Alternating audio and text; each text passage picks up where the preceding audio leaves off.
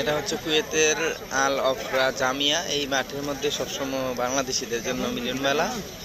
এখানে শাক সবজি কাপড় চোপড় সব কিছুই আছে, বাংলাদেশে যা নাই এদেশে সব আছে। টমেটো, বেগুন, লাল শাক, পুঁই শাক, ফুলকপি, সিম, ধনিয়া, মূলা, মনে হয় একটু বাংলাদেশ। এত সুন্দর জায়গা। এই যে এভরিথিং আছে এখানে, এভরিথিং।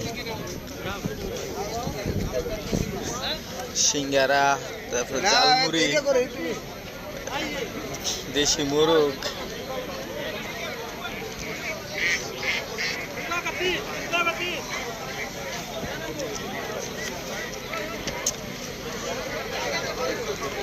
তারপর দেশি হাঁস,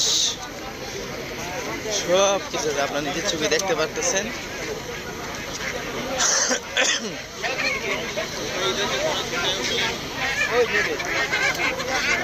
তেলাপিয়া মাছ,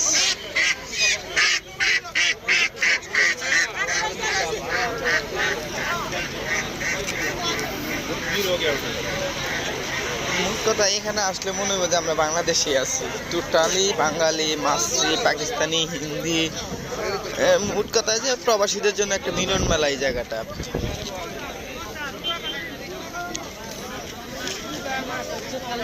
জিলাপি, মুরালি, এমন কোন জিনিস যে আসতে নাই, যে আছে নাই এমন কোন জিনিস নেই।